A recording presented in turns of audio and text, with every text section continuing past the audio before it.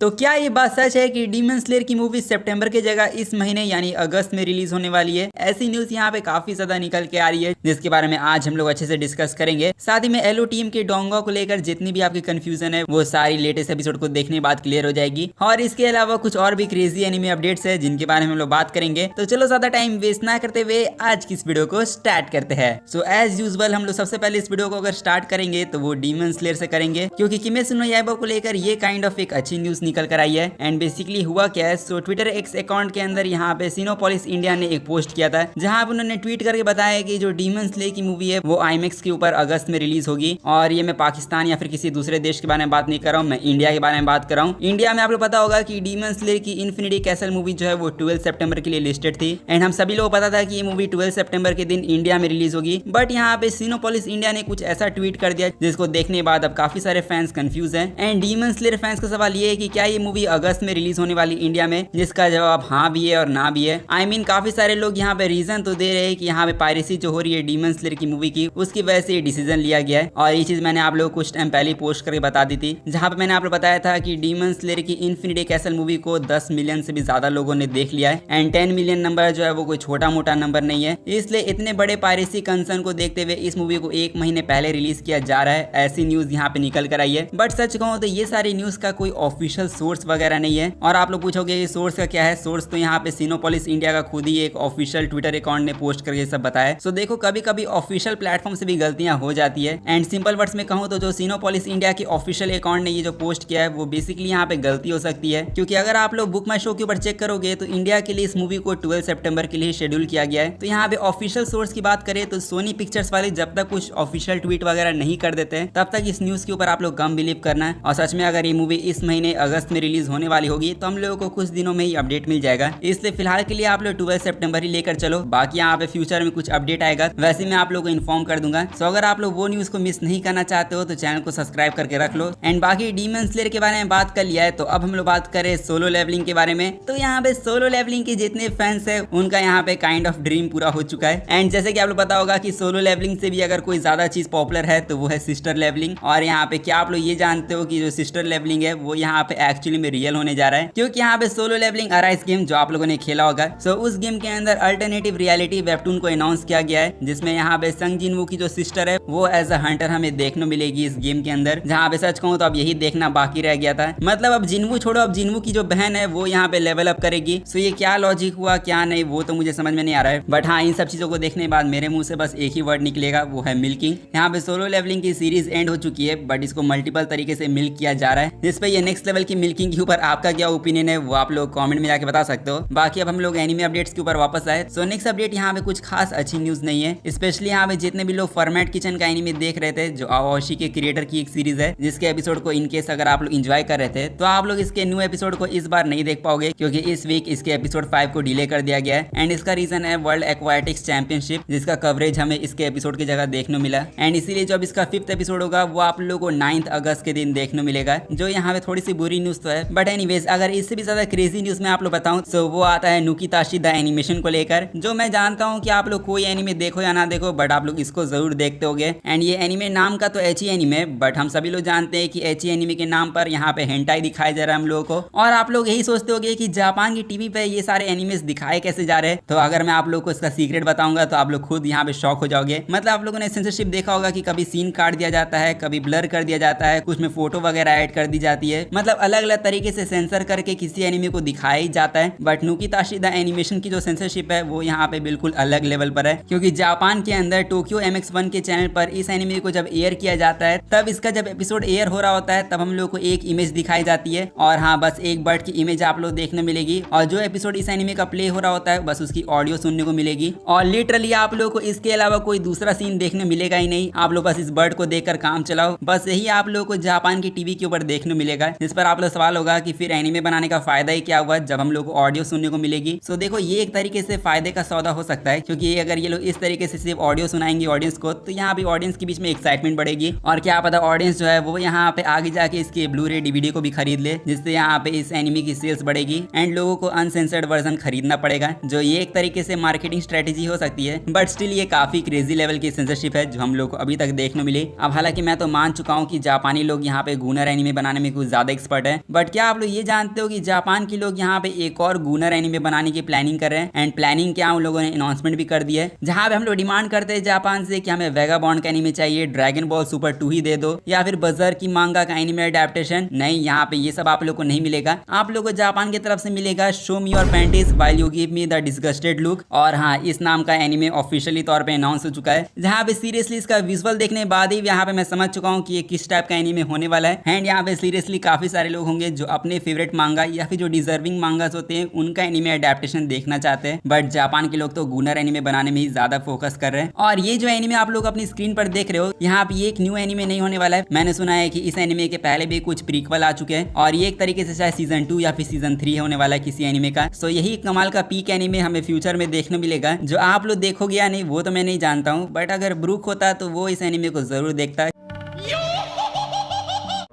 अब हालांकि ब्रूक के फेवरेट एनिमे के बारे में हम लोगों ने बात कर लिया है, तो अब हम लोग बात करें अपने टोय एनिमेशन के बारे में, जो यहाँ पे अपनी एक न्यू एनिमे सीरीज लाने वाले हैं। और ये एनिमे सीरीज है डिजिमॉन बीट ब्रेक, जिसका एक मेन की विजुअल हमें देखने मिला है। और इस एनिमे को टोय एनिमेशन वाले एनिमेट करे, जो आप लोगों को 5 अक्टूबर से देखने मिलेगा। साथ ही में अक्टूबर मंथ में आप लोगों को एक और एनिमे देखने मिलेगा जिसका नाम है चितोसे इन द रामुनी बॉटल। तो इस एनिमे का भी न्यू की विजुअल देखने मिला है, जो अगर आप लोग इस एनिमे को देखने में इंटरेस्टेड हो तो आप लोगों को ये एनिमे भी 2025 अक्टूबर से देखने मिलेगा। एंड चलो अब हम लोगों ने अपने मेजर एनिमे न्यूज के बारे में बात कर लिया है, तो अब हम लोग बात करें अपने लास्ट एनिमे या फिर डोंगवा के बारे में, जो आता है अपना लॉर्ड ऑफ कॉम्प्लेक्स। और हाँ, मैं जानता हूँ इसका नाम लॉर्ड ऑफ द मिस्ट्रीज है, बट यहाँ पे इसकी स्टोरी इतनी ज्यादा कॉम्प्लेक्स है कि बहुत सारे लोग इसको अब यही कह रहे हैं। एंड लोग ये कह रहे हैं कि जब से ये एनिमे रिलीज हुआ है तब से लोगों को कुछ समझ ही में नहीं आ रहा है कि इस एनिमे के अंदर क्या हो रहा है क्या नहीं। एंड इस एनिमे की स्टोरी लोगों के लिए हद से ज्यादा कंफ्यूजिंग होते जा रही है। सो अगर आप लोग भी बहुत ज्यादा कंफ्यूज हो इस एनिमे को देखने बाद, तो यहाँ पे मैं आप लोगों को सजेस्ट करूंगा कि आप लोग इसके 7th एपिसोड को देखो, जो अभी रिसेंटली में रिलीज हुआ है। एंड इसका एपिसोड 7 मैंने भी देखा, जहाँ पे इस एपिसोड को देखने के बाद कुछ हो या ना हो, बट आपके जितने भी डाउट्स होंगे वो यहाँ पे क्लियर हो जाएंगे। जहाँ पे एलओटीएम के अंदर जितने भी अभी तक इवेंट्स को हम लोग को दिखाया गया, उन सभी इवेंट्स को इस एपिसोड के अंदर कनेक्ट किया गया। एंड ओल्ड नेल के क्लासेस को देखो, और साथ ही में एलओटीएम का जो चिबी वर्जन है वो भी आप लोग देखो, उससे भी आप लोग को कुछ इन्फॉर्मेशन मिलेगी। और आप लोग पूछोगे कि ये दोनों चीजें अवेलेबल कहाँ पे है, तो आप लोग चिंता करने की जरूरत नहीं है। क्रंची रोल के ऊपर ये दोनों चीजें अवेलेबल हो चुकी है, जहाँ पे ओल्ड नेल के यहाँ पे लेसन 1 से लेके 3 तक अब क्रंची रोल के ऊपर सबटाइटल के साथ अवेलेबल है। एंड साथ में एलओटीएम का जो चिबी वर्जन है वो भी यहाँ पे 1 से लेकर 4 एपिसोड तक अवेलेबल हो चुका है क्रंची रोल पर, जहाँ पे आप लोग को ऑफिशियल सबटाइटल वगैरह देखने मिल जाएंगे। सो इससे ज्यादा अच्छी न्यूज अब यहाँ पे क्या ही हो सकती है एलओटीएम फैंस के लिए, क्योंकि हम लोग इसकी डिमांड कर रहे थे। और अगर आप लोग इन सारी चीजों को देखोगे तो ये आप लोग को स्टोरी समझने में और भी ज्यादा हेल्प करेगी। तो जाओ आप लोग जाके चेकआउट करो इन सब चीजों को। बाकी एलओटीएम का एपिसोड 7 आप लोग को कैसा लगा वो आप लोग कमेंट में जाके बता सकते हैं।